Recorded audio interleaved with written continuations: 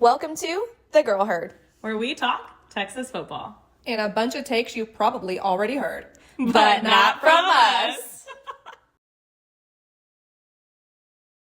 5-0. How we We're feeling? back. You know where to I find us know. every Monday on Zoom. What's that? I said, you know where to find us every Monday on Zoom. Oh, I was like, huh? Thought you were saying every Monday we keep saying blah blah blah and oh, blah blah blah and oh, which kind of is true. Yeah. Now we're going into a bye week. No, I feel like we need some little like traditions of what we do. I feel like we need to keep it going because so far it's been working. I was actually wondering about that. I don't know when I was wondering about it. Sometime over the course of the weekend, I was like, we need like rituals. I don't really have rituals. I know that there were some articles of clothing that I have in my wardrobe that are attributed to really big wins, like the 2022 OU win, the top that I wore when we beat them in a shutout. I have reworn that again and it's undefeated. So it can go back in the wardrobe. I have a pair of Western like white jeans that I wore to Bama last year, but I feel like I'm gonna have to recheck when I wore those because I feel like, oh, did I wear those to OU last year? I didn't. So those are still good. Those are still good. But like I've been wondering, like we've not really talked about rituals and stuff like that. So it's kind of funny you brought that up, Angie, because I was like, maybe we should start thinking about those things. Oh, y'all know I'm superstitious and I'm OCD, so I do things like all the time that I'm like, where, but, and Devin, you have said, like, I wore this to this game and we did this and this. And so I for sure have thought about that. We talked about it at even the Astros. I have a friend who wears the same jersey to every game and didn't wash it because it was undefeated. And the last game that we went to didn't wear it. And now we just lost the last game I went to. So look, it's in the stars, y'all. So what are we gonna do for UT? I keep thinking about that, like, have I worn this button before? Boots? I don't know if I have anything as far as like clothing, but I know when we went to Michigan, one of the guys that was on the bus with us, his little old cardigan that he has from way back when, he was saying the same thing. Every time he wears it, we win.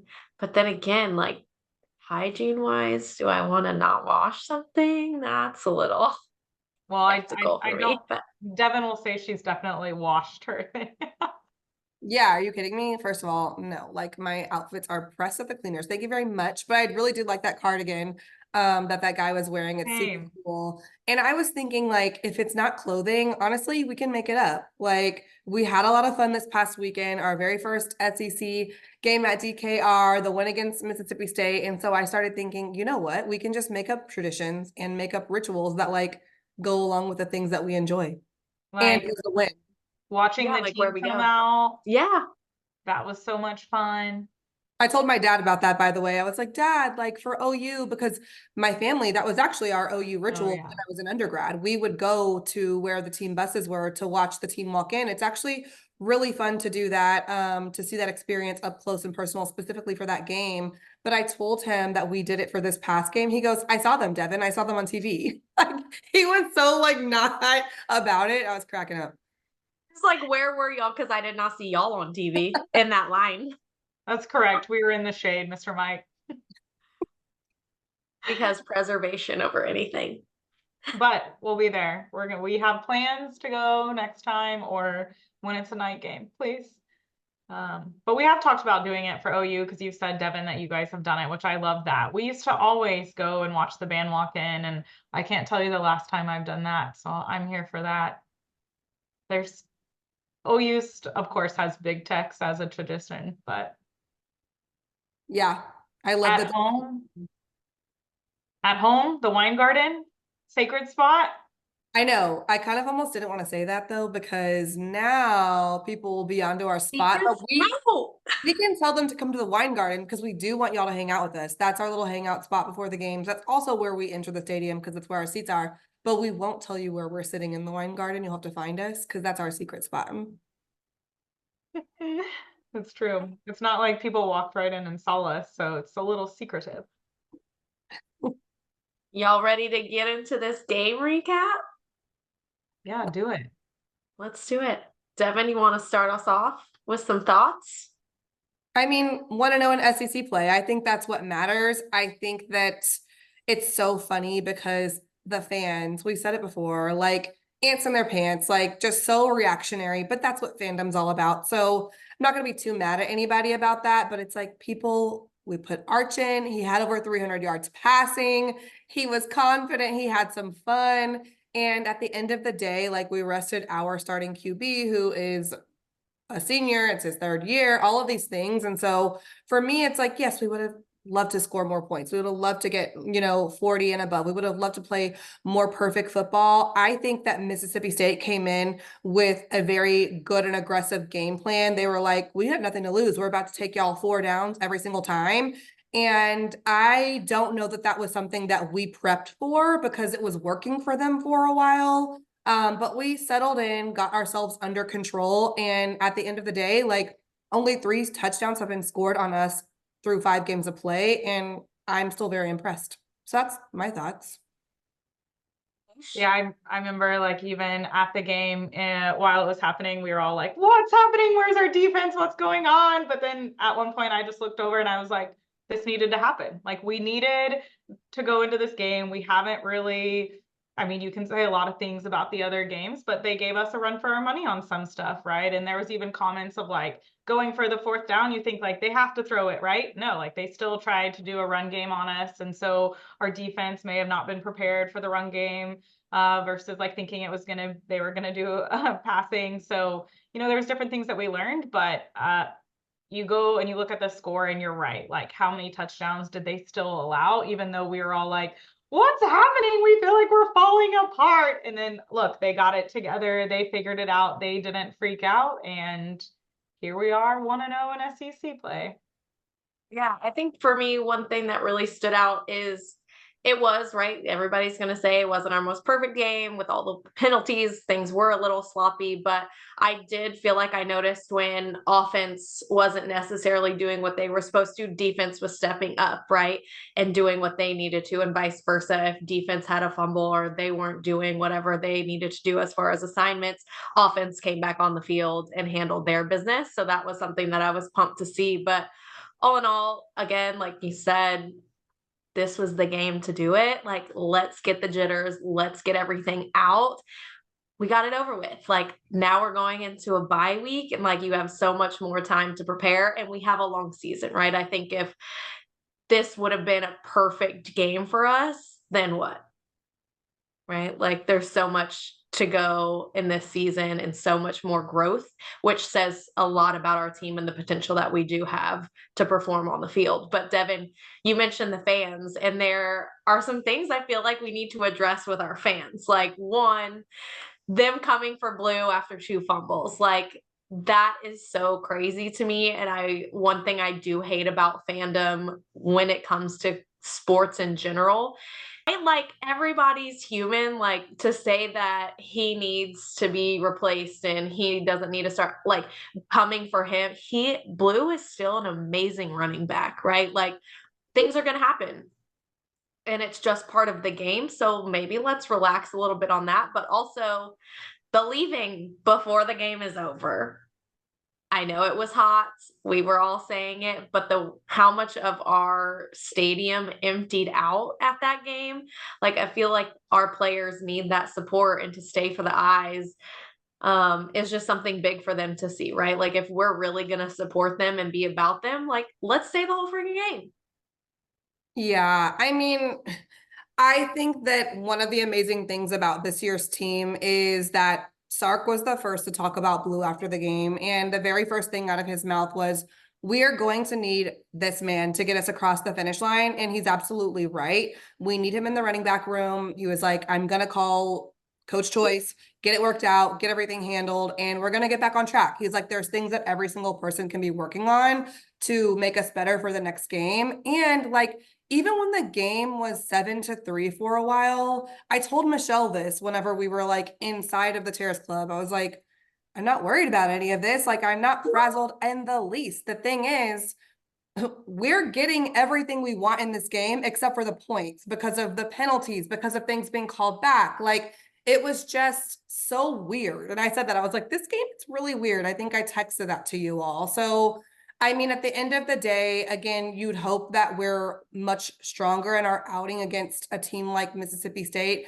It doesn't help that like the primetime game that night was Bama, Georgia, and like the product that they put on the field versus ours. And of course, people want that narrative. But again, I think everything remains and we stay focused on like what we're doing. And that was a win. And still really strong defense.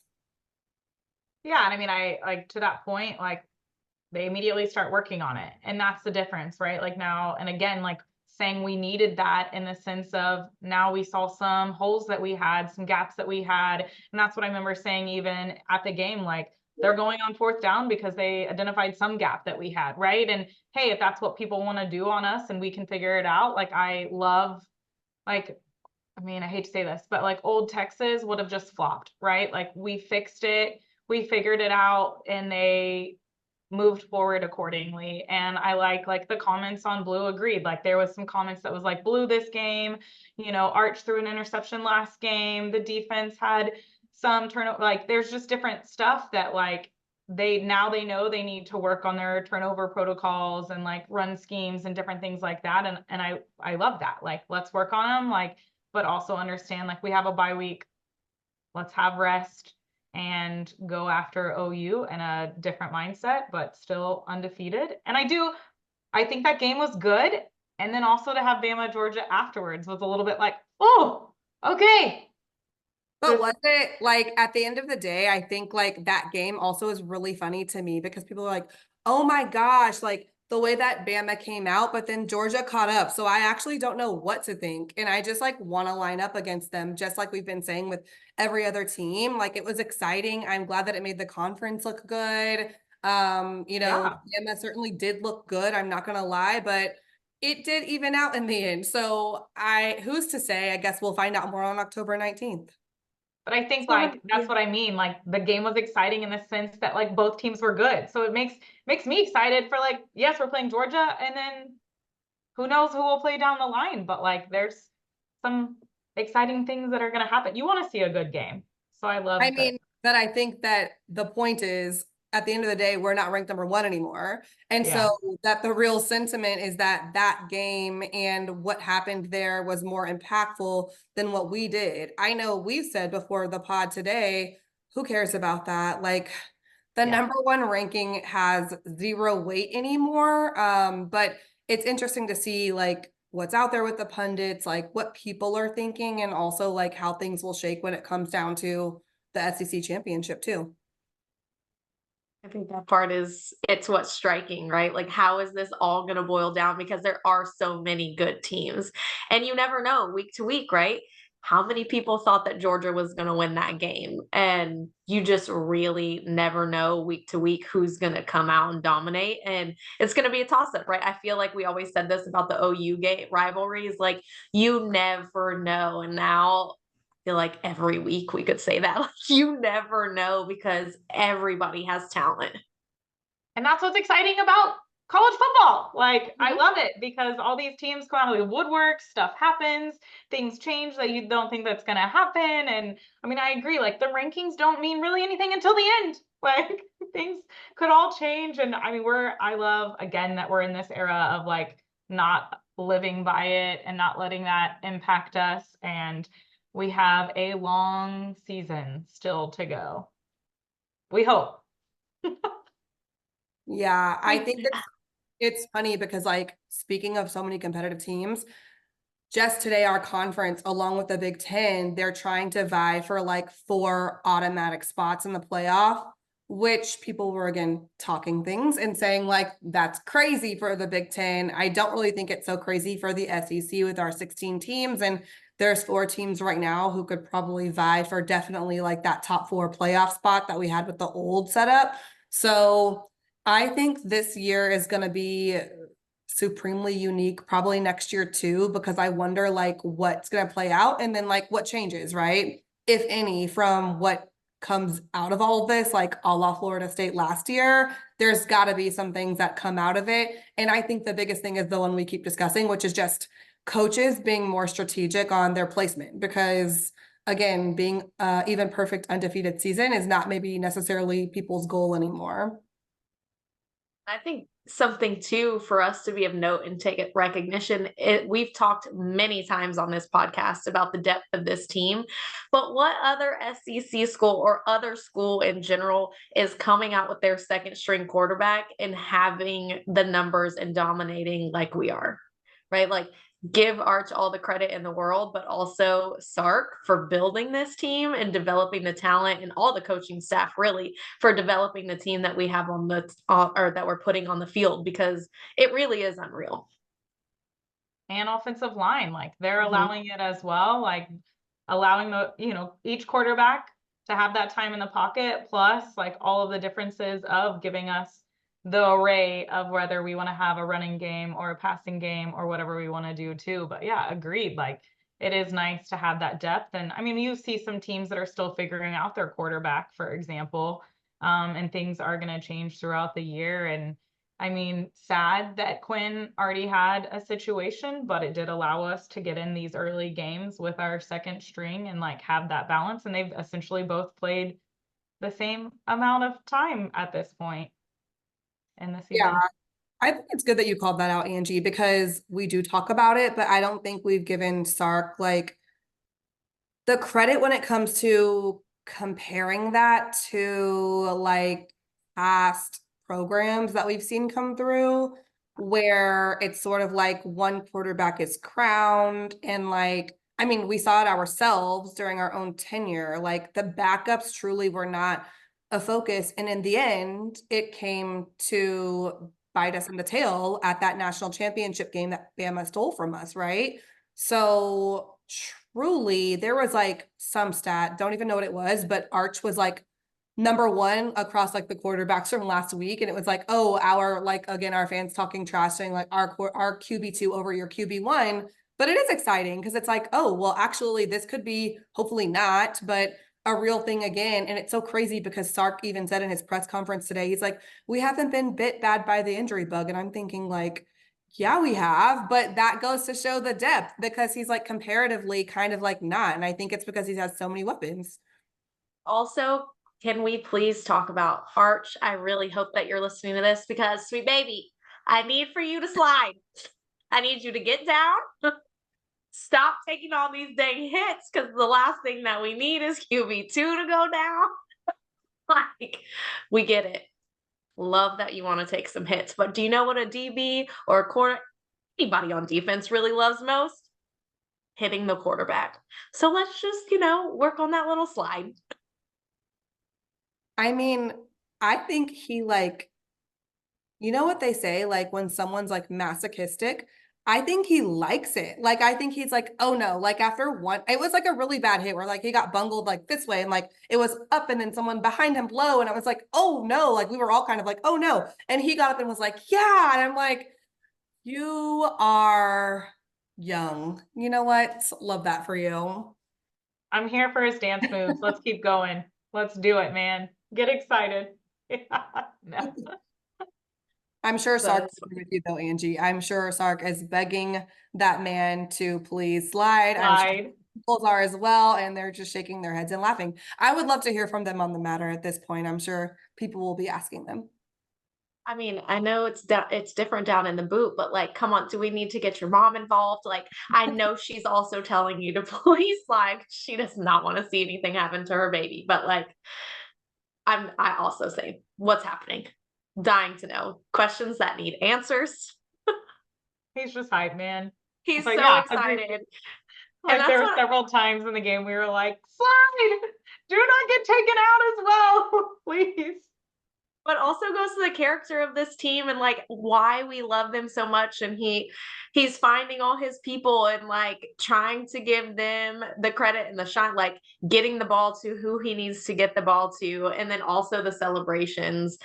I just love it. But then too, like seeing Quinn on the sideline and how pumped he is and rocking all the bling and the chains and whatever.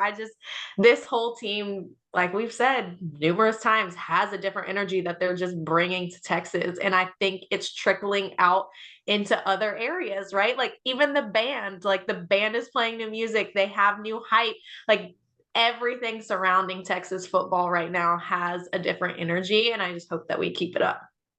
Yeah, I love that that extends to the student section. My sister was telling me that there was some TikTok and it was going around like the different student sections. I have to imagine it's like the major SEC schools, and they were showing like a countdown and essentially like gave us props for saying like our student section. It was like they were voting on and judging the swag surf of each school essentially. And Texas won. They were like, no, like y'all are lit. And it's true. Like I get caught up watching them because we sit right above them for those listening. I get caught up watching them. They're having so much fun. It's so much different from when we were in school. There's so many more seats for them. And I mean, truly, you can tell the camaraderie between like the team and the student section, and the student section has their back. And it's just a great time. Do you think one thing that we can improve on in like our stadium experience? There was some times in the game where either we turned the ball over or something didn't go our way, and then you can really feel the energy in the stadium kind of drop. And that's when I need our in-game experience folks to really know like what song they need to play, something to re-engage our fan base to get that energy back up, because I know that they can feel it on the field, and just giving them that extra support of the 100,000+ people that are in DKR behind them, right? Like A&M has the 12th man saying, like it's kind of similar, right? Like the crowd can heavily impact the sway of a game and a momentum.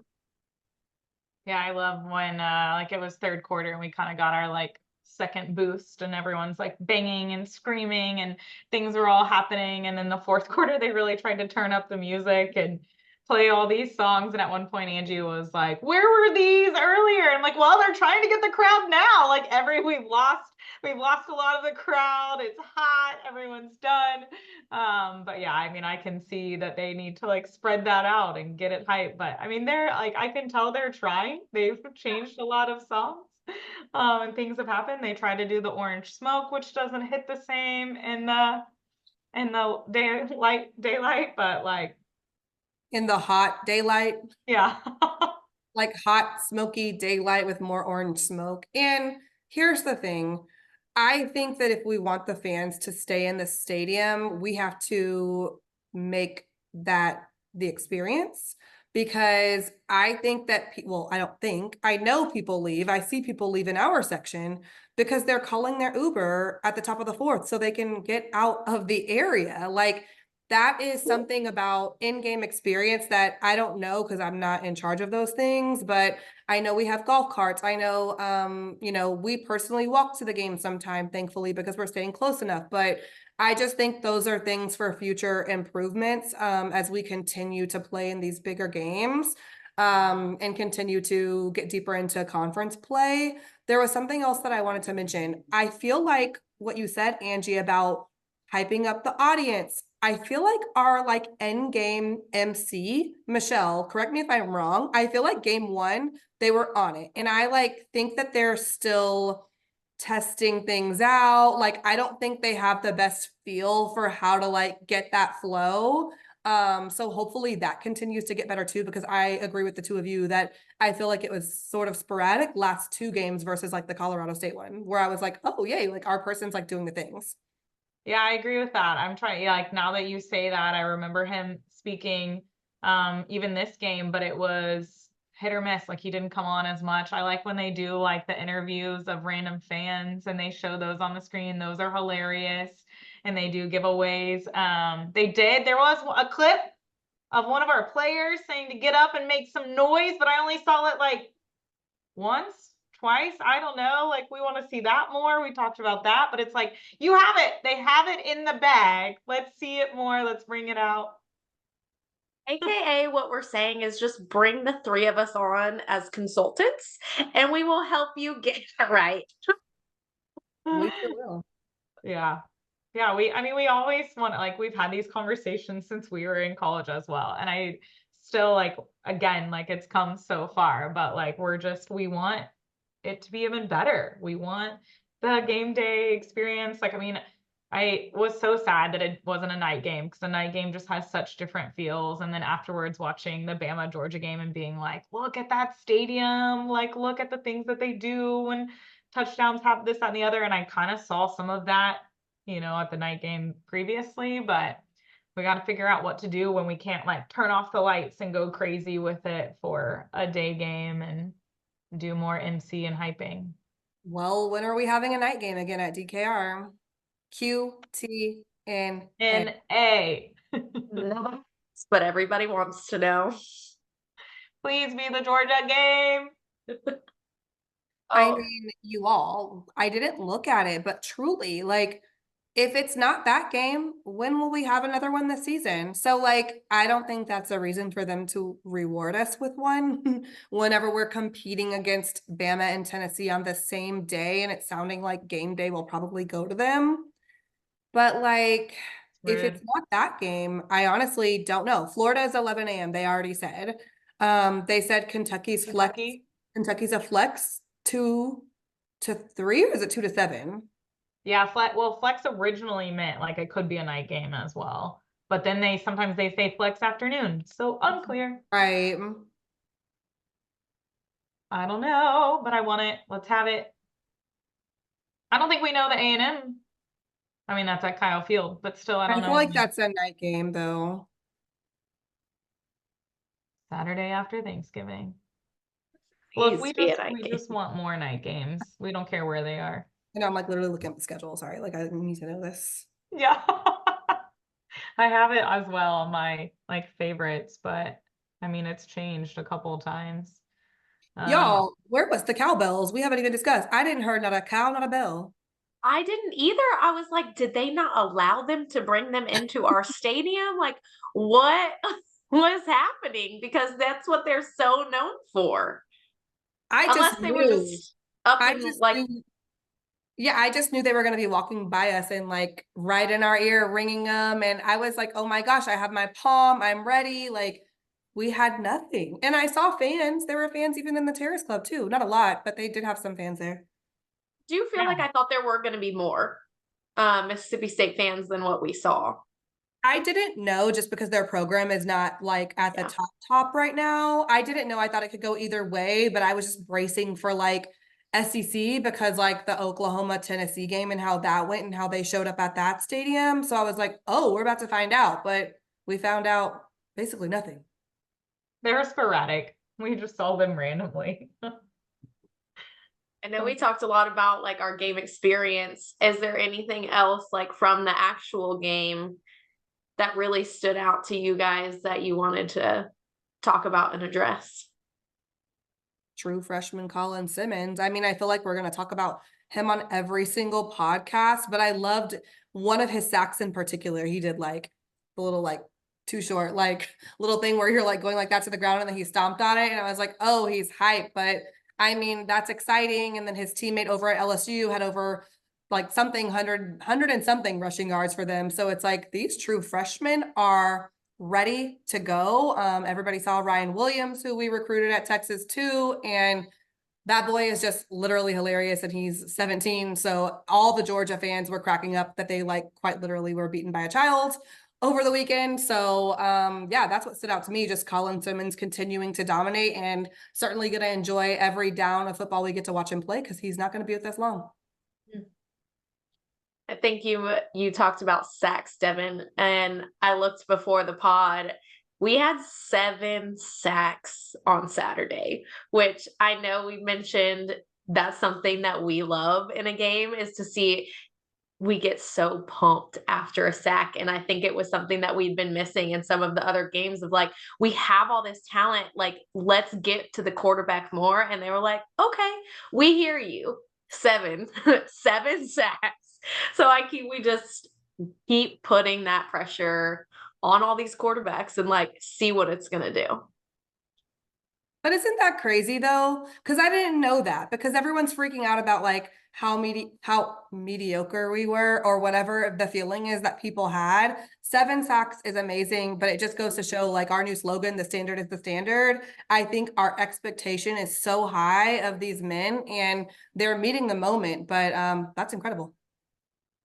Yeah, we talked, I mean, on the pod before about like a clean game, and there was a lot of penalties this game, and I'm not sure it's 100% our fault for not having a clean game. There was some that you could fight a little bit there, and I know there was some discussions about that, and they sent some in for review, and like if it wasn't something that at least we could learn from it if it was real. And then there was some that you questioned. Like there was some times where we haven't talked about how many times we thought we had a touchdown and then they called it back. And so that was really frustrating. But so I hope we're watching those things and understanding what the refs were doing. I mean, even honestly, like outside of our game, if you want to say that I'm just biased, Georgia Bama game had some terrible calls in it, and watching that on TV as well. So I mean, it's outside of just like being biased and not wanting it for your team. Like part of you is just like, I just want a fair game and I want you to call it on both sides. And then I also just kind of want the guys to play sometimes. So